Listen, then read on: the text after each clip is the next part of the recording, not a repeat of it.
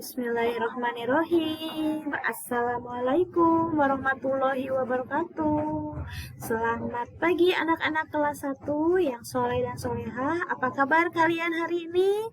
Mudah-mudahan kalian semua serta ayah bundanya dalam keadaan sehat walafiat ya. Baik, hari ini di akhir pekan minggu ini, hari Sabtu, kita masih belajar di tema 7. Benda, hewan, dan tanaman di sekitarku, di subtema 3, tumbuhan di sekitarku. Nah, hari ini kita belajar di pembelajaran terakhir ya, di subtema 3, yaitu pembelajaran 6. Nah, sebelum kita mulai, pastikan kalian sudah dalam keadaan siap belajar. Bukunya ada di dekat kalian, boleh dibuka buku tematiknya, halaman 130 ya. Kemudian mari kita ucapkan basmalah bersama-sama sebelum kita mulai belajar ya. Bismillahirrahmanirrahim. Kita mulai.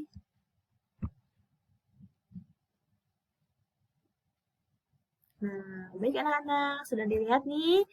Ayo kita mengamati gambar berikut. Nah, di sini ada gambar Dayu yang sedang membantu ibunya menata dan merawat tanaman di sekitar rumahnya. Kita lihat ya, di situ ada gambar Dayu yang sedang membawa pot ya. Akan dibawa kemana nih? Nah, kita baca teksnya ya. Nah, di sini ibu dan Dayu senang berkebun. Mereka menanam sayuran dalam pot. Pot yang digunakan terbuat dari kaleng bekas. Ibu dan Dayu menyusun pot dengan rapi. Ada pot yang disusun berjajar di atas rak. Ada juga pot yang digantung. Setiap hari, ibu dan Dayu merawat kebun sayuran. Sayuran tumbuh subur dan hijau. Keindahannya membuat suasana rumah tambah indah. Hasil tanaman sayuran sangat bermanfaat. Nah, ini tadi adalah kegiatan Dayu yang sedang membantu ibunya berkebun, ya. Nah, bagaimana dengan kalian di rumah? Apakah kalian suka membantu ibu atau anggota keluarga kalian yang senang berkebun? Nah, Ibu Fitri harapkan kalian juga seperti Dayu ya, senang membantu ibunya berkebun ya.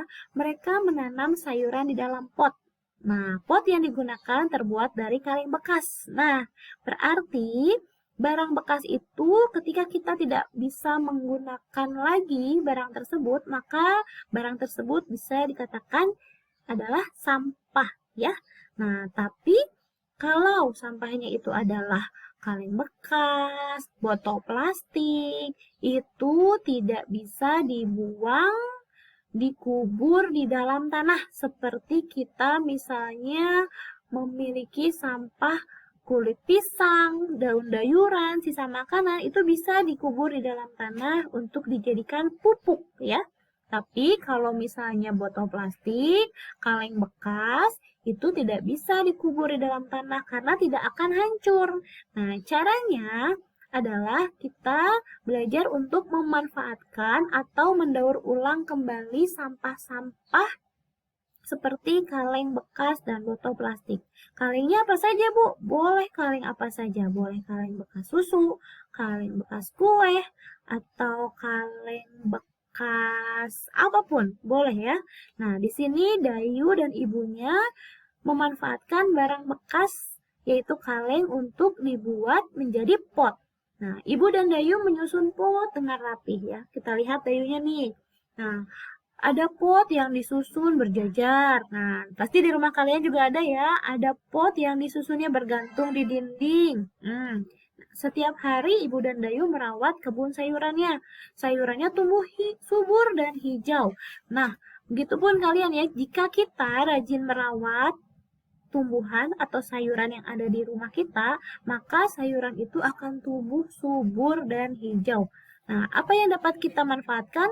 Yang dapat kita manfaatkan yaitu jelas keindahan sayuran tersebut akan menambah suasana rumah menjadi lebih indah dan sejuk.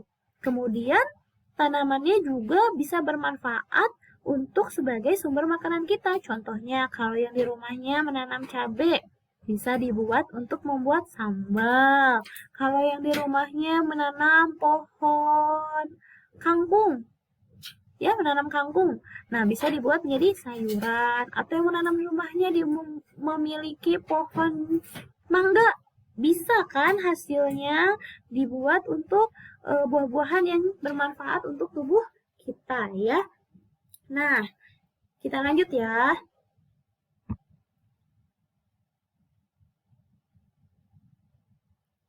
Di sini, ayo kita coba. Ada gambar siapa nih? Sama seperti Dayu ya. Ada gambar anak laki-laki yang sedang membantu ibunya menata tanaman ya. Wah, serius banget nih.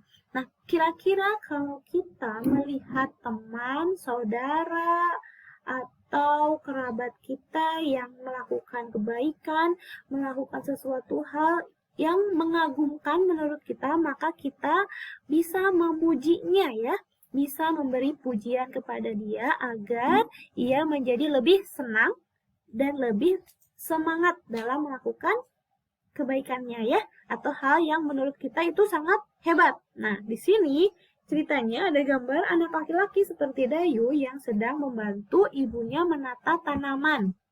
Nah, coba kira-kira kalau kita coba membuat kalimat pujian sesuai gambar di atas, apa coba? Coba disebutkan ya. 1, 2, 3, 4. Ting!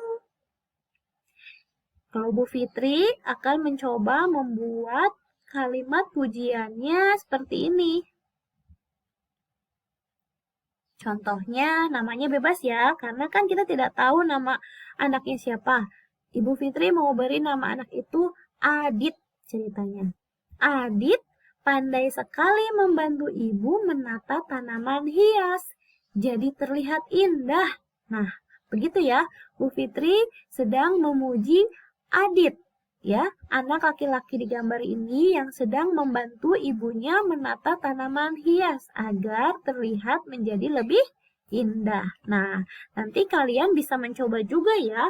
Kalau misalnya ada gambar-gambar atau di lingkungan kalian, ya kalau kita latihan belajar mungkin digambar. Tapi kalau misalnya dalam kehidupan sehari-hari, ibu kalian, kakak kalian, adik kalian, nenek, kakek yang mungkin sedang melakukan kegiatan, contohnya kalau di sini misalnya menata tanaman hias, kalian boleh ya memujinya, ya memberikan pujian. Karena apa? Dengan memberi pujian kepada orang yang berbuat kebaikan, harusnya ya, jangan yang berbuat keburukan, itu tidak boleh dipuji. Kalau yang berbuat kebaikan, membuat kita kagum gitu ya, dengan kegiatannya kita boleh memujinya.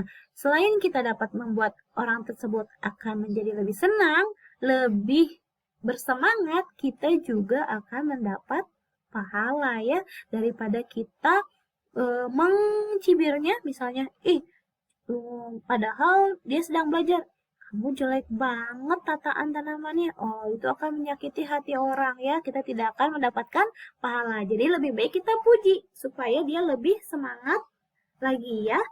Oke, kita lanjut ya. Nah, tadi itu mohon maaf, tanaman ya. Selain anak yang tadi Adit, nah di sini juga Dayu bersama Siti juga senang menggunakan bunga sebagai hiasan ya. Nah, tapi sayangnya tidak semua orang itu pandai dan suka menanam bunga ya, karena menanam bunga itu kan lama.